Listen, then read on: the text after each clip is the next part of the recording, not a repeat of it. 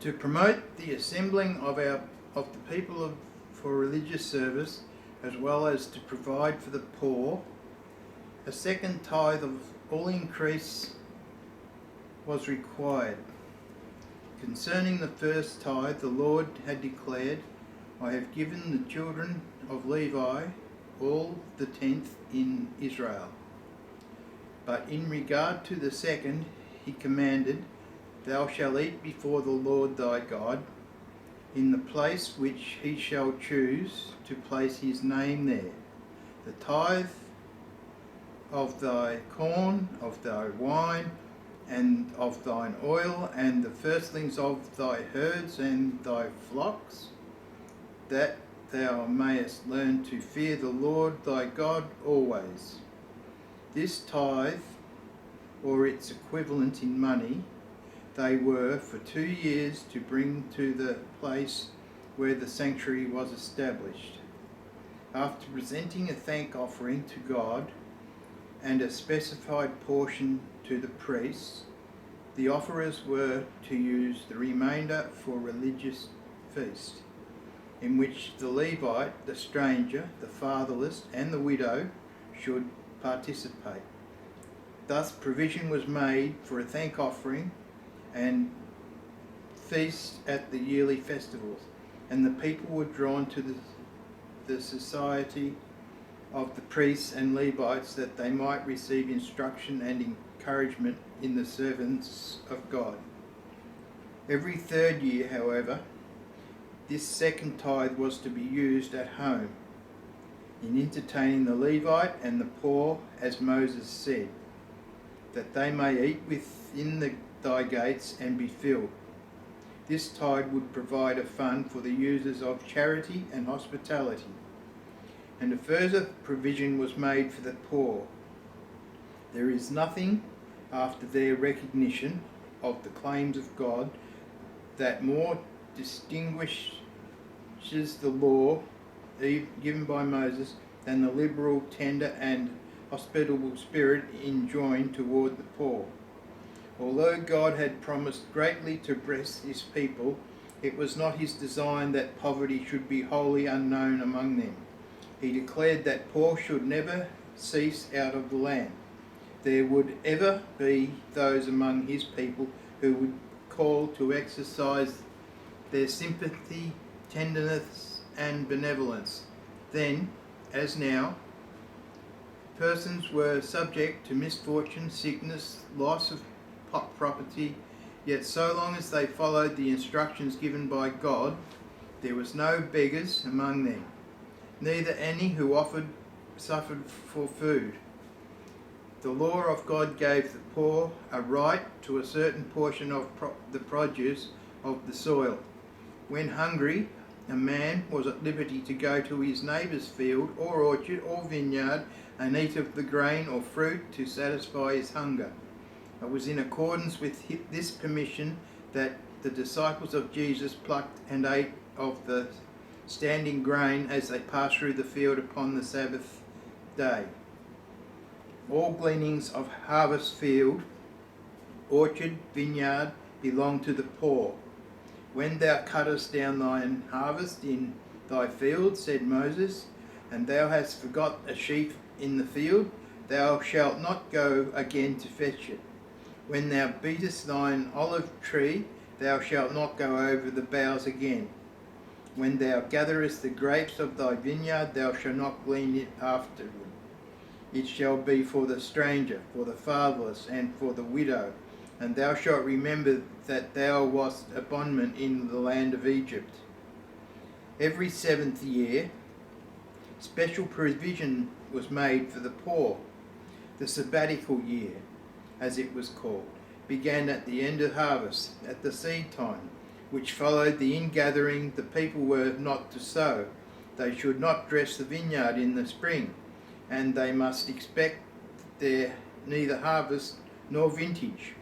Of that which the land produced spontaneously they might eat while fresh, but they were not to lay up any portion of it in their storehouses. The yield of this year was to be free for the stranger, the fatherless, and the widow, and even for those creatures of the field. But if the land ordinarily produced only enough to supply the wants of the people, how were they to subsist during the year when no crops were gathered? For this, the promise of God made ample for provision. I will command my blessing upon you in the 6th year, he said, and it shall bring forth fruit for 3 years, and you shall sow the 8th year, and eat yet of old fruit until the 9th year. Until her fruits come in, ye shall eat of the old store. The observance of the sabbatical year was to be a benefit to both the land and the people. The soil, lying untilled for one season, would afterwards produce more plentiful. The people were released from pressing labours on the field, and while there were various branches of work that could be followed during this time, all enjoyed greater leisure, which afforded opportunity for the restoration of their physical power for the exertions of the following years. They had more time for meditation, prayer, and acquainting themselves with the teachings and requirements of the Lord, and for the instruction of their households. The sabbatical year, the Hebrew slaves were to be set at liberty, and they were not to be sent away portionless. The Lord's direction was, when thou sendest them out free from thee, thou shalt not let him go away empty. Thou shalt furnish him liberally out of thy flock, and out of thy floor, and out of thy winepress, out of wherewith the Lord thy God shall bless thee, thou shalt give unto him. The hire of a labourer was to be promptly paid. Thou shalt not oppress a hired servant, that is, the poor and needy, whether he be of thy brethren or thy strangers that are in thy land. At this day thou shalt give him his hire, neither shall the sun go down upon it, for he is poor, and setteth his heart upon it. Special directions were given concerning the treatment of fugitives from service. Thou shalt not deliver unto his master the servant which is escaped from his master unto thee. He shall dwell with thee, even among you, in that place which he shall choose in one of thy gates, where it liketh him best. Thou shalt not oppress him. To the poor, the 7th year was a year of release from debt. The Hebrews were enjoined at all times to assist their needy brethren by lending them money without interest. To take usury from a poor man was expressly forbidden. If thy brother be waxen poor and fallen in decay with thee, then thou shalt relieve him. Yea, though he be a stranger or a sojourner, that he may live with thee, take thou no usury of him or increase, but fear thy God, that thy brother may live with thee. Thou shalt not give him thy money upon usury, nor lend him thy victuals for increase. If the debt remained unpaid until the year of release, the principal itself could not be recovered. The people were expressly warned against withholding from their brethren needed assistance on account of this. If there be among you a poor man of one of thy brethren, thou shalt not harden thine heart, nor shut thine hand from thy poor brother. Beware that there be not a thought in thy wicked heart, saying, the 7th year, the year of release is at hand, and thine eye be evil against the poor brother, and thou givest him naught, and he cry unto the Lord against thee, and it be sin unto thee. The poor shall never cease out of the land. Therefore I command thee, saying, thou shalt open thine hand, widen unto thy brother, to thy poor, and to thy needy, and in thy land, and shalt surely lend him sufficient for his need in that which he wanteth. No need fear that their liberality would bring them to want. Obedience to God's commandments would surely result in prosperity. Thou shalt lend unto many nations, he said, but thou shalt not borrow, and thou shalt reign over many nations, but they shall not reign over thee. After 7 Sabbath of years, 7 times 7 years, came that great year of release, the Jubilee. Then shalt thou cause the trumpet of the Jubilee to sound throughout all the land, and ye shall hallow the 50th year, and proclaim liberty throughout all the land unto the inhabitants thereof. It shall be a jubilee unto you, and ye shall return every man unto his possession, and ye shall return every man unto his family. On the 10th day of the 7th month, in the day of atonement, the trumpet of the Jubilee was sounded. Throughout the land, wherever the Jewish people dwelt, the sound was heard, calling upon all the children of Jacob to welcome the year of release. On that great day of atonement, satisfaction was made for the sins of Israel, and with gladness of heart people would come welcome the Jubilee.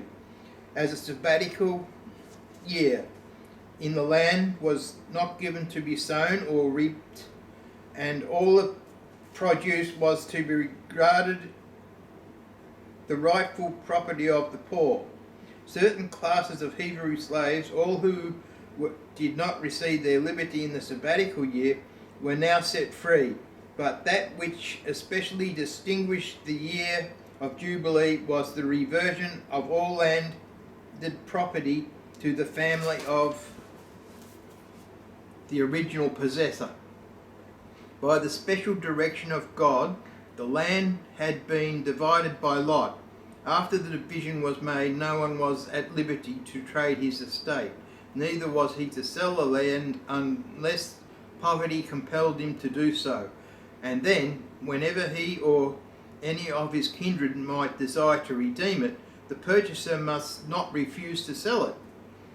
And if unredeemed, it would revert to its first possessor or his heirs in the year of Jubilee.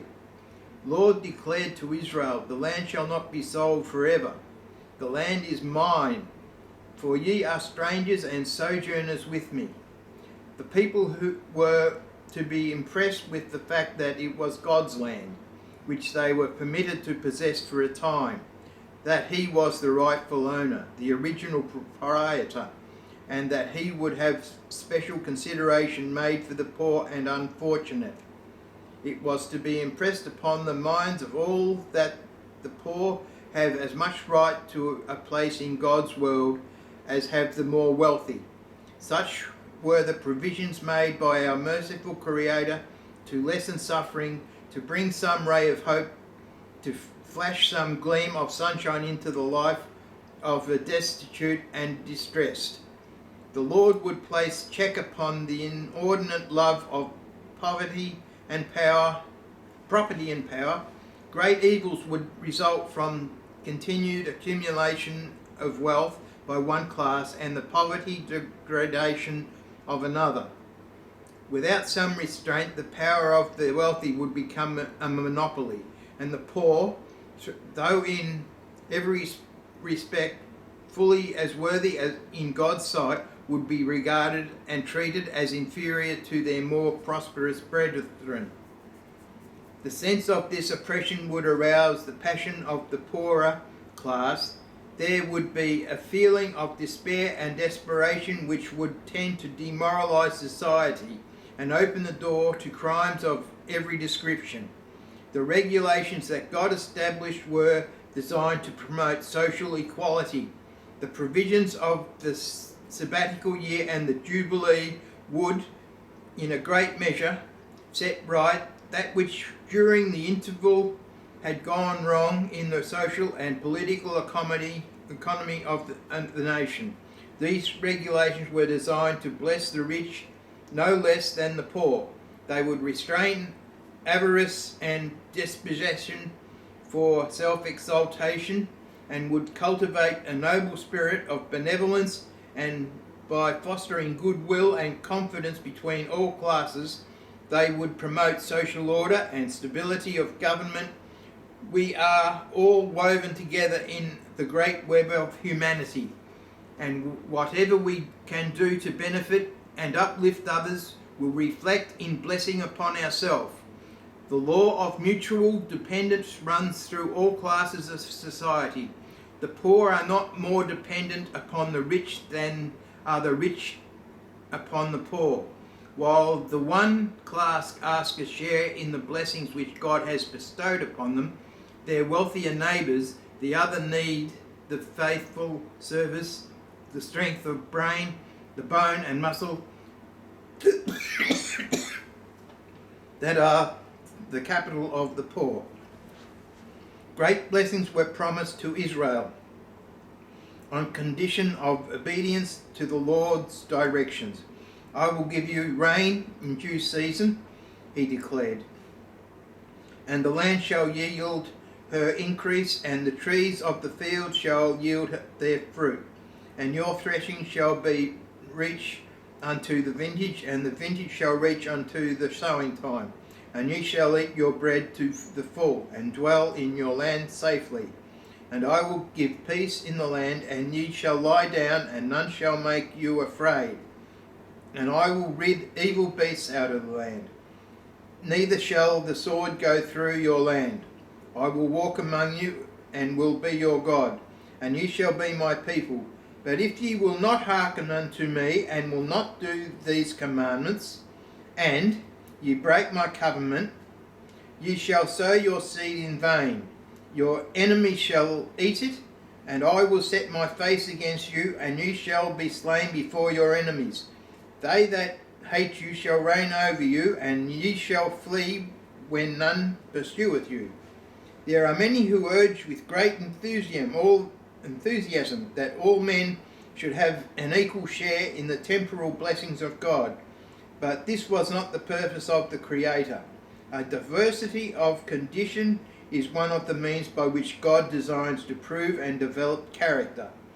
Yet he intends that those who have worldly possessions shall regard themselves merely as stewards of his goods, as entrusted with means to be employed for the benefit of the suffering and the needy.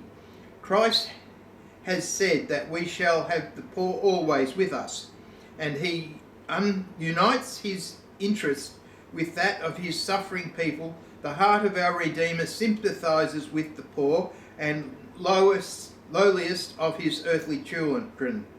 He tells us that they are his representatives on earth. He has placed them among us to awaken in our hearts the love that he feels towards the suffering and oppressed. Pity and benevolence shown to them are accepted by Christ as if shown to himself. An act of cruelty or neglect towards them is regarded as though it is done to him. If the law given by God for the benefit of the poor had continued to be carried out, how different would the present conditions of the world, morally, spiritually, temporarily. Selfishness and self-importance would not be manifested as now, but each would cherish a kind regard for the happiness and well-being of others. And such widespread destitution as is now seen in many lands would not exist. The principles which God has enjoined would prevent the terrible evils that in all ages have resulted from oppression of the rich towards the poor, and the suspicion and hatred of the poor towards the rich. While they might hinder the amassing of great wealth and the indulgence of unbounded luxury, they would prevent the consequent ignorance, that degradation of tens of thousands whose ill-paid servitude is required to build up these colossal fortunes. They would bring a peaceful solution of those problems that now threaten to fill the world with anarchy and bloodshed. Patriarchs and Prophets, chapter 51. Now God set out these rules as our tools for prosperity. If we do as he says, he will bless us and supply all our needs. It's quite plain. We have not done any of his commands, so we are being dispossessed from our lands. Nowhere, we're gone. So somehow we have to share what we have so the needy are not so needy, and nurture this planet back to health. Forget about fame and wealth. That is Satan's lure for degradation of self. Surely as we are here as a test, we should do our best to help others and single mothers and show them the way to heaven, as this is the instruction we're given. If we don't, the Bible is clear. The wages of sin is death. You will have eternal rest. So my advice to anyone who is alive is to work and strive to help and keep the poor alive. This will mean forever you will survive. Forever.